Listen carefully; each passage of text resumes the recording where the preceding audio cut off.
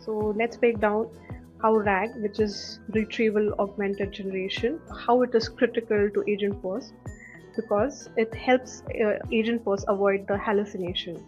So anyone who's ever used the generative AI has seen how the AI models hallucinate, right?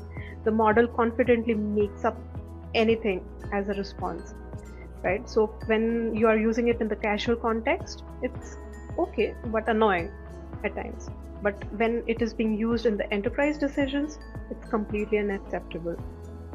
The RAG is meant to solve this. So before the AI generates the response, it first retrieves the relevant content from your enterprise knowledge base.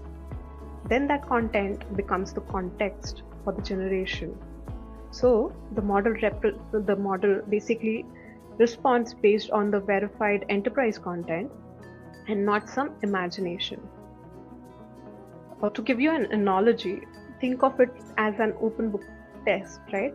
Instead of recalling everything from your memory. So that's what RAG is.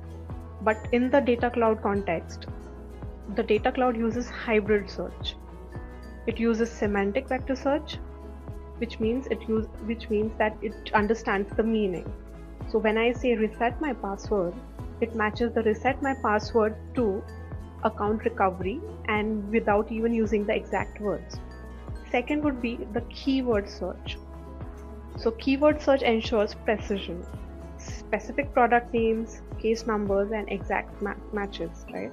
So that's what makes up the hybrid search for the data cloud. And the Agent Force uses a data library which is called the ADL, Agent Force Data Library. It is a no-code drag and drop tool which is used to configure the RAG sources.